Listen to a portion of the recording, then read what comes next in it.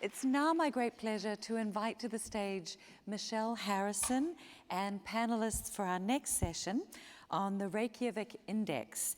This is an update and acting on the evidence, confronting society's prejudice towards female leadership. So I think you get some insights from the title as to some of the fascinating discussion we're going to have. So Michelle, may I invite you and the panelists to come to the stage while I introduce you. Michelle is the Global CEO for the Public Division at Kantar, and she works with governments all around the world on evidence-based public policy making. Joining her on the stage are A.B. Albrectsen, who is the Global CEO of Plan International, and Plan impacts over 100 million girls around the world, and she said the tagline is to learn, lead, and thrive, which I think is actually a fabulous tagline for all of us. So we might just join the 100 million girls with that. So thank you, AB, for joining us. And next up, we will have Jayne Garrity, who is the Global CEO of Landor, one of the world's largest brand and design consultancies. And of course, I have to tell you that there is a very close association between WPL, and we know the branding is fantastic, and also global corporates like Procter & Gamble. So thank you, Jayne, for joining us. And next we have Hiltrud Werner, and I hope I have that pronunciation correct, who is a member of the Board of Management for Volkswagen Group and is making a return appearance this year, having been on the panel for the Reykjavik Index last year too. And finally, the last panelist is Ezra Zare, who is the CEO for the Alliance of Peacebuilding, which is a leading global network for organizations working to build peace in 153 countries. So Michelle and panelists, I am going to be watching with great interest from the floor. Thank you so much. Thank you. Too.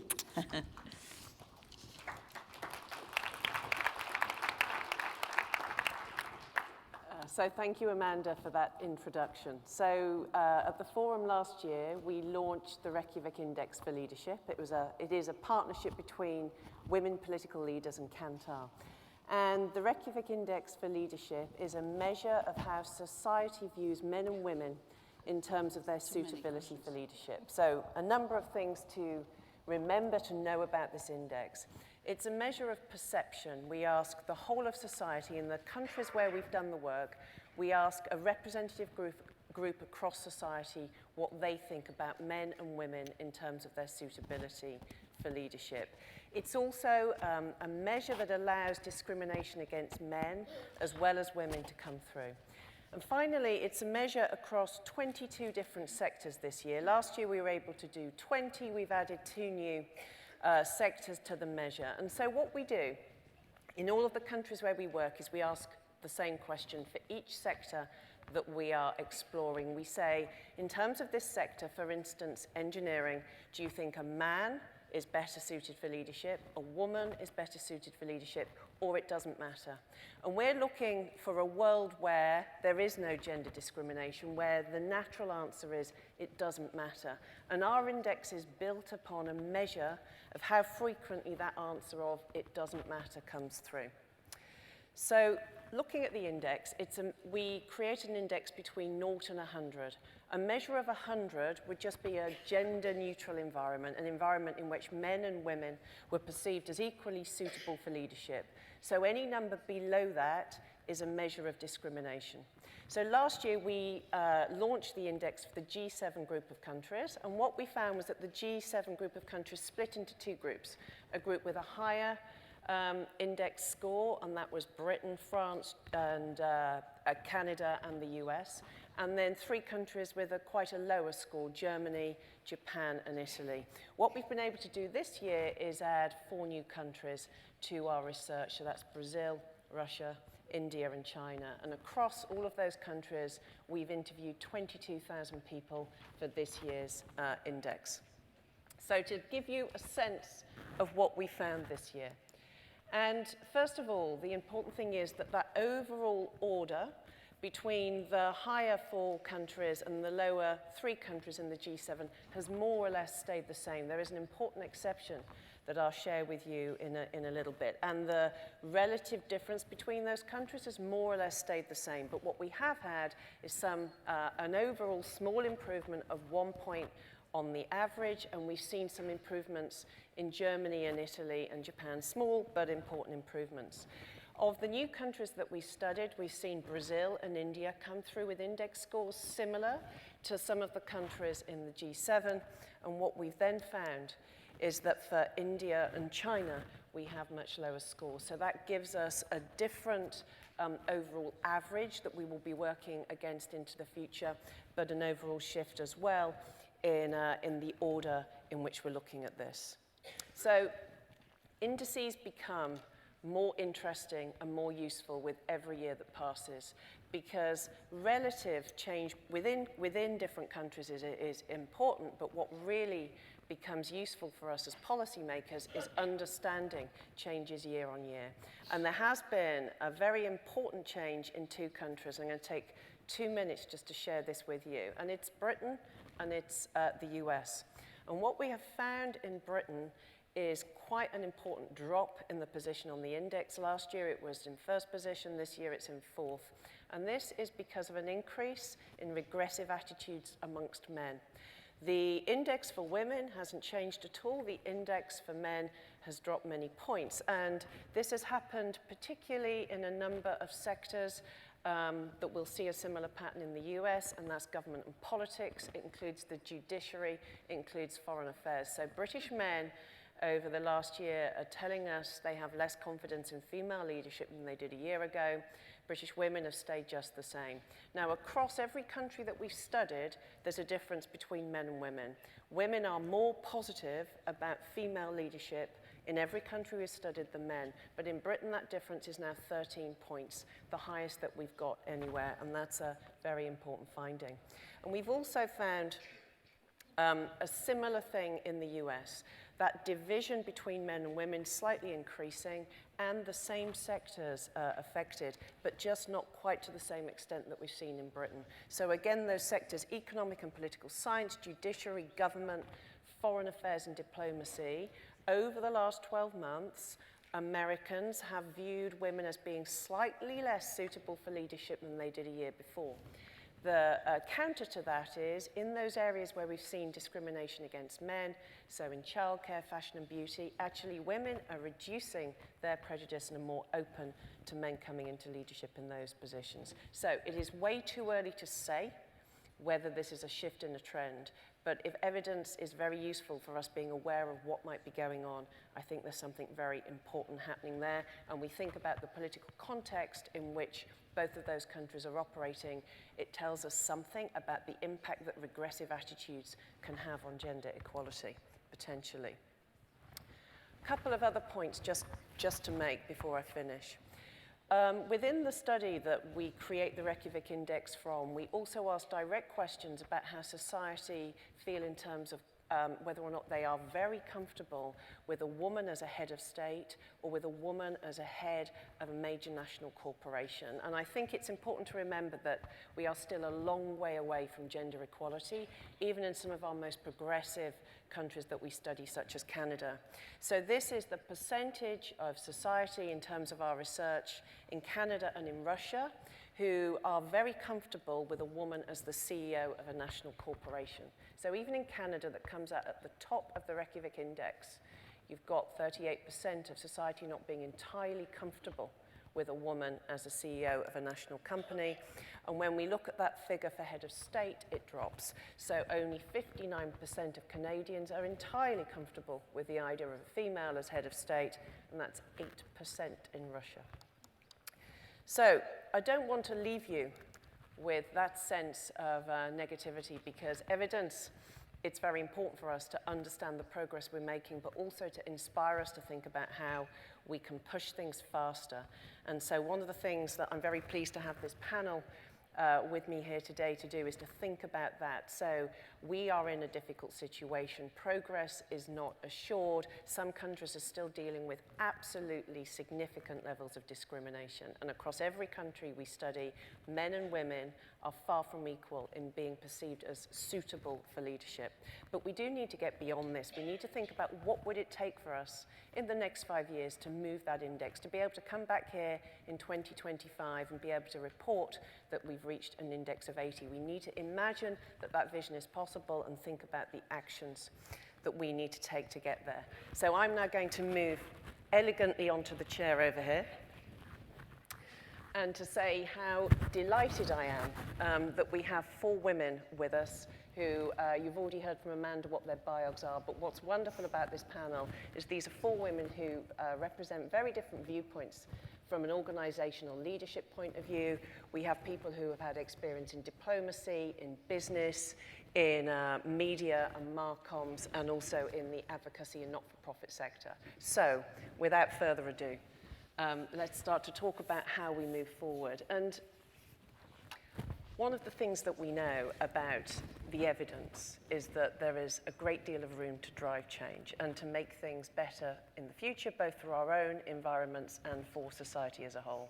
And we all sit in positions where we understand the power that organizations can have. So what I'd like to do to start with, and to start with you, AB, if you would, is thinking about the levers that we have at our disposal, thinking about the perspective of the countries that are included in the index and the kinds of levels of prejudice that we're encountering in different sectors. If you were looking at how do we move that index forward, what could make us move faster, where would you start? What would be your preferred lever? So I think working in about 80 countries in the world, seeing some of the worst entrenched norms and depictions of what a girl and a young woman can be, that we have to focus on what Julia so eloquently said this morning, the stereotypes and the structures. Let me start with the stereotypes. We have some levers where we can change rather fast, but we need some industries with us. We need the advertising industry with us. We need the film and TV industry with us.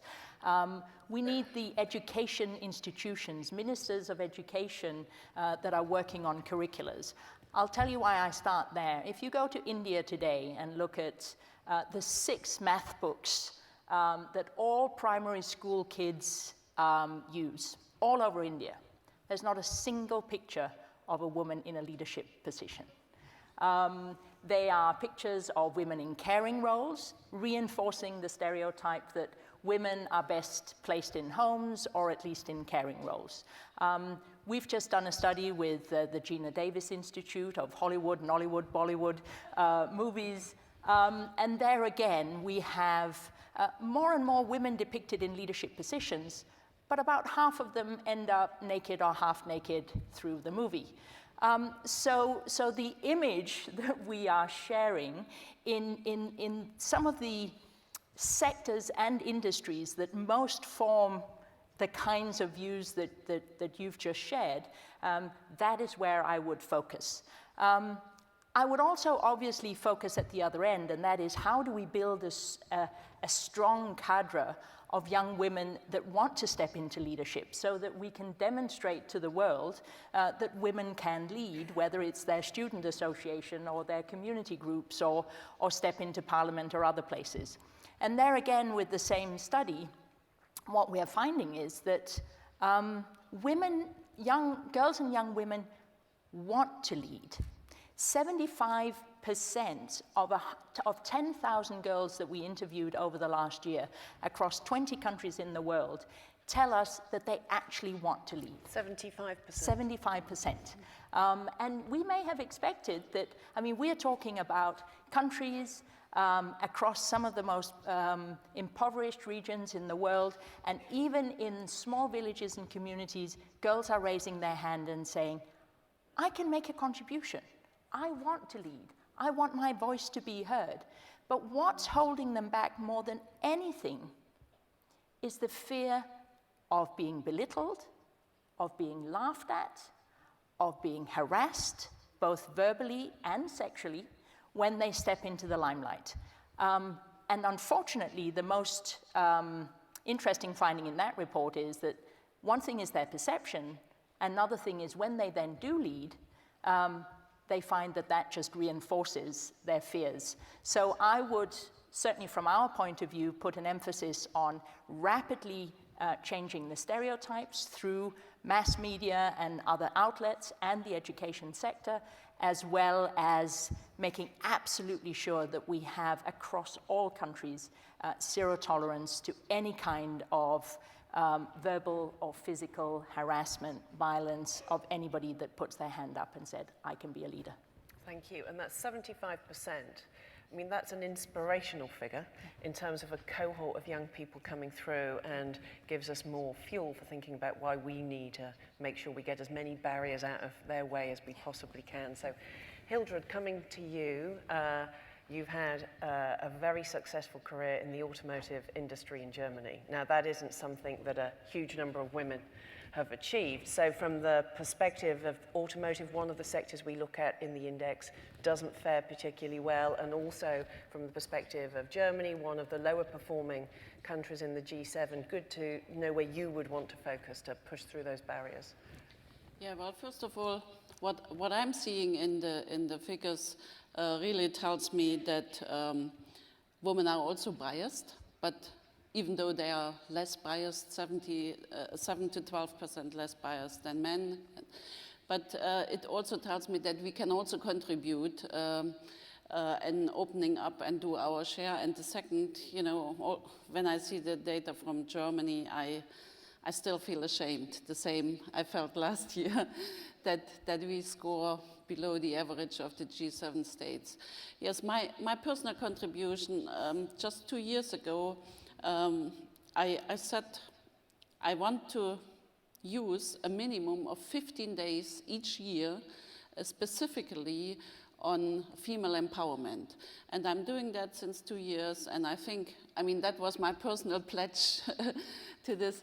And I think, you know, on the point that you just said, how important role models are, I couldn't agree more. Yeah, just recently I attended a conference in San Francisco from Wall Street Journal about women in the workplace, and the female mayor of San Francisco said she was approached by her little boy who asked her, "Mom, can boys be mayors too?"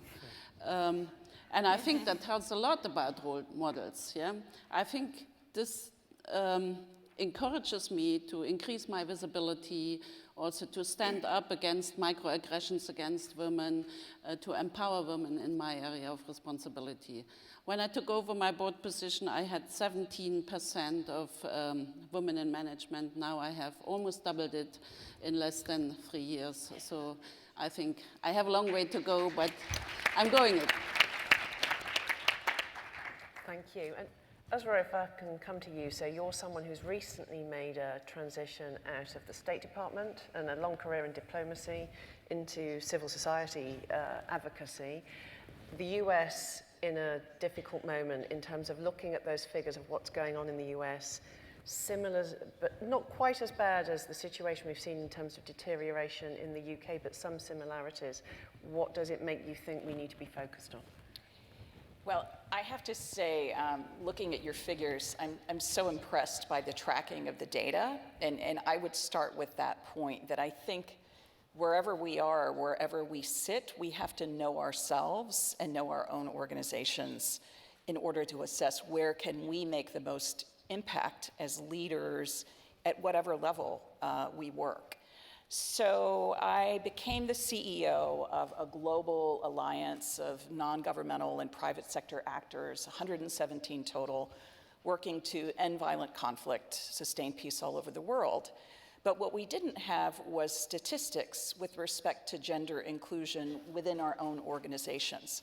As a matter of policy, all of our members support the implementation of Resolution 1325. That's understood. So we undertook the hard work of looking at how we're doing. And what we found was, within my own organization, 75% of our staff members are women, and yet only 33% of our board members are women.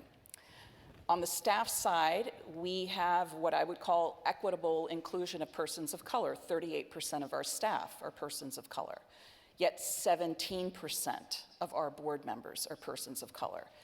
We looked across our network and found, a larger trend of a gap between staff and leadership with respect to representation of women, and actual exclusion of persons of color at the leadership level. So what can we do, once we know the data? I would say for my own part, we've taken 3 steps initially that we hope in this partnership, not a hierarchy of instruction, but more finding common cause, we can create change. The first is my board reached the decision to achieve gender parity and greater diversity by the end of calendar year 2020. And that in itself is intended to catalyze similar decisions throughout our network. In terms of the nonprofit sector itself, we're doing better than most with respect to gender inclusive boards. We analyzed and found that 45% of our members have gender balanced boards. And that's much better than the private sector. It's better than the nonprofit sector, which has been assessed at about 20% in terms of gender inclusive boards. But we can do better. And I think part of the urgency of now is really getting out of an attitude of complacency. Well, 45% gender balanced is quite good. As you said, how do we get to 80? How do we get to 100 on the index? How do we get to 100% gender balanced within our network, which already agrees that the inclusion of women is essential to peace and security in the world? So for me, I think it's about knowing the data, but then taking the action, concrete, to make the change. 2 other decision points we made in that area was a simple one, to pay our interns, to open that professional path to a broader cross-section of young people. And the third is, this panel would be a violation of that, is no more single-sex panels in terms of our organization plays a major role convening gatherings, so no more manels, but also no more all-women panels with the understanding that these are issues essential to everyone. Yeah. And on that last point, I think that's very right. And I think the issue of also knowing the data, knowing the evidence, it's about not allowing yourself to get too used to it. So when we talk about getting to a Reykjavik index of 80 in 5 years' time, that is still such a significant degree of prejudice that everyone in this room would still be experiencing in terms of the way in which society viewed them as suitable for leadership. That's, that would be in 5 years' time. We are setting ourselves a goal of, if we're on a journey of 100 kilometers, we will all do very well until we get to the 80th kilometer, and then we'll just hit a wall of prejudice. And we're using that as our target. And it is bizarre, isn't it, that we have to see it like that, but data absolutely being essential. So, Jayne, coming to you, you sit at the top of an organization that's very powerful in terms of thinking about branding and the way in which organizations tell their stories. And just going back to AB's point about the power of media, from your standpoint, you must have some very difficult decisions that you have to make sometimes in terms of what your clients think is the right thing to do and what you think is the right thing to do. Well, I mean, truthfully, I totally agree with you that brands, media, all of these things are levers that can really help the discussion move forward. And I know I'm biased because I run a brand consultancy, but I genuinely mean this. I don't think I would say 5 years ago what I'm about to say now. And I think that brands right now have an extraordinary opportunity to contribute very positively to this discussion. And there's so much evidence that would suggest that. We are seeing the rise of purpose-driven brands. We heard from Unilever in the middle of the year that their fastest growing brands are all those brands that are embracing purpose. And by that I mean an agenda beyond profit. Brands that are taking a social stand. So I think we are now really beginning to see these brands succeed much more quickly than those that don't. And I think that is, you know, it's borne out by a huge shift in consumer perceptions, especially amongst millennials. 90% of millennials worldwide will change their brand choice if their chosen brand isn't standing for something that they believe in. So, you know, we talk a lot about our frustration that the conversation isn't moving more quickly. And I think that now we're at a very unusual intersection where business, the business of brands, and the need for us to progress as a society are kind of coming together at a perfect moment in time. So I think now is the time for all the business leaders to look at their brands and take this opportunity to have their brands stand for something positive and promote the conversation.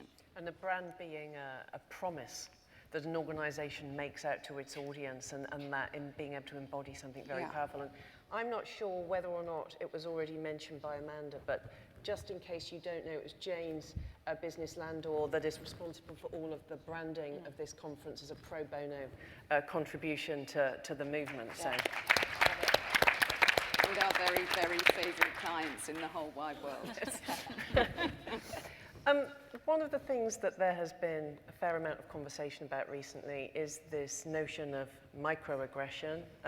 We know from the index that we do operate as leaders in an environment where, whether it's subtle or whether it's not subtle at all, there is a reasonable amount of discrimination in the societies in which we operate against female leaders. But we also know, and it's been raised several times already in the forum today, that we are people who are fortunate enough to have some degree of positional authority, and therefore the levers of change to some extent at our disposal. And one of the reasons we come together is to think about how we can use them to pursue gender equality. So if I might invite some personal reflections on this, and I know I wrestle with it on an individual basis quite often in terms of how to deal both with sexism in the workplace, but also how to use the position I've got to try and drive the change we all want. So I'm aware we don't have much time, but if I could invite you, if you've got a couple of minutes each, just to give any reflections you have on that. Hiltrud, if I could start with you. There you are in must be one of the most masculine industries in Europe. Well, I must say I underestimated for a long time in my career how much energy this takes. You know, independent from whether you stand up against microaggressions or whether you just swallow it. And I think when I said earlier to improve my position as a role model, I want to coach women how to go against microaggressions and how to set the borders for men in a way that this is not eating up so much of their energy anymore. Thank you. And AB, from your point of view, I mean, my career has been broadly in business, and therefore I'm always fascinated to know how these environments may or may not manifest themselves in other sectors. Well, I mean, as Ezra was saying, I mean, civil society is as fraught with these issues as anybody else. I mean, the figures are exactly the same across both the development and humanitarian sector. 70% of our workforce are women, but only 30% of the leaders are men. So. But I think what we need to get parity, yes, but we also need to go way beyond parity. The kind of abuse that is in microaggression or real harassment, sexual harassment, etc., that is also existent in our sector is something that has to be tackled by taking every single staff member of my organization, and as much as I can influence others, on a journey of deeply, deeply examining power and privilege. I mean, if you look at the NGO sector, of the charity sector, working in some of the poorest and fraught environments in the world, the kind of power that comes with money, with projects, with the privilege, the influence that you have, if we don't deeply examine that and turn our organizations on their head, and at Plan International we are calling that feminist leadership, we are really trying to drive that out through the organization. There are lots of elements to that, and I won't unpack them all, but one thing that we have started recently is really looking at how the men working for Plan International can be a positive driver for change. And we are working on positive masculinity with all our male staff members, having them be part of conversations about what does it mean to work for an organization that works with adolescent girls, that is promoting their leadership. What are some of their personal challenges that they, and barriers that they have to get over, not just in their work life, but also in their private life. And helping men and male staff members have those conversations, I think is something that we need to really start looking at, because we do tend to look at women, we tend to focus on them, we tend to give them new career paths, hold their hands, do all those things that we have to continue to do. But if we don't also help our male colleagues come on the journey with us, we certainly won't be changing things as fast as even getting to 80%, which is way too low, in 5 years. Thank you. And Jayne, your organisation touches many, many other organisations, many other businesses, not-for-profits every day, all around the world. I actually can't remember how many offices you've got, but it's 41. 41 offices around the world with a team of people touching many other organisations. In your reflections on how you think from an organisational point of view there are things that can be done to drive change? Well, I think, I mean, going back to your earlier point about microaggressions, I mean, I've been in media, television, branding for 30 years, and I think I learned more last night from this mighty woman over dinner. Despite that, I mean, I prepare for everything. Everything I prepare for. When I see a client, I'm well prepared. I prepare for everything, yet I don't have a script to cope if I'm put in a situation that I'd rather not be in. And I think one of the things that I was reminded of last night is I have an obligation as a leader to handle those moments well, especially when I have other women around me from my own team. And I think, you know, that I realize that might sound horribly obvious to a lot of people in this room, but I was surprised at how ill-prepared I am for dealing in the moment in a manner that is leaderly for my people. So thank you for that. That was incredibly insightful. And I think if we were all to prepare and behave well in those moments, whatever they may be, whether they're with clients or with suppliers or with holding companies or boards, you know, we will advance the conversation much more quickly. We'd be shifting culture faster. Yeah, we have an obligation as leaders to be well prepared for those moments and to act well in those moments. And again, that very difficult pincer movement we're in, an obligation as leaders, an extra burden as a female leader, but nonetheless, the ability to drive culture change quickly. Yeah. And Uzra, to come to you from your particular vantage point and the experiences you've had around the world working as well in diplomacy, any specific issues that you think organisationally that could be increased to sort of enrich the pace of change? I mean, just to second Jayne's point, I think being prepared for that, I think preparing our next generation for that as well. It's a reality that whatever sector you're in, whether it's the nonprofit sector, diplomacy, the corporate sector, man or woman, you could have these microaggressions, these unexpected cuts that ultimately, I think, as AB said, are about power. They are about undercutting. They are also potentially unintentional. But I think being prepared means acting quickly and calling out the situation and potentially using it as a teaching moment. I just hosted what is our annual confab a month ago and had 2 incidents in one day where I had to take aside people who had engaged in such action with members of my network but felt that I had to react immediately to avoid something from basically, undercutting what was a forward co-learning effort and have everyone kind of diverted into a negative experience. And I would say that that quick kind of confrontation maybe isn't the right word, but dealing with it quickly, everyone came out of it better. Thank you.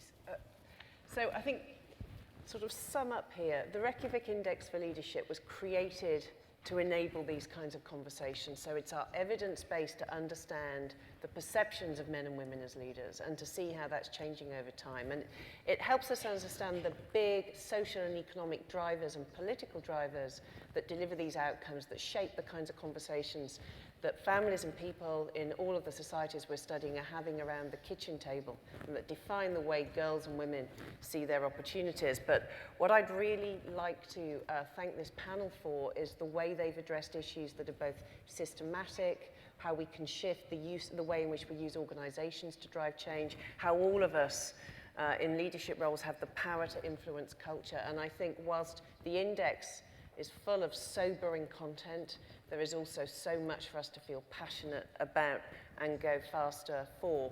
So it is available. You just have to go to the Kantar website. You can download it. It has been created for people like us to share and use to drive change on our behalf. But I would, more than anything, like to thank our fantastic panelists, and I'm sure that there have been points from all of them that have given you inspiration for what we can all do as a community. So thank you very much.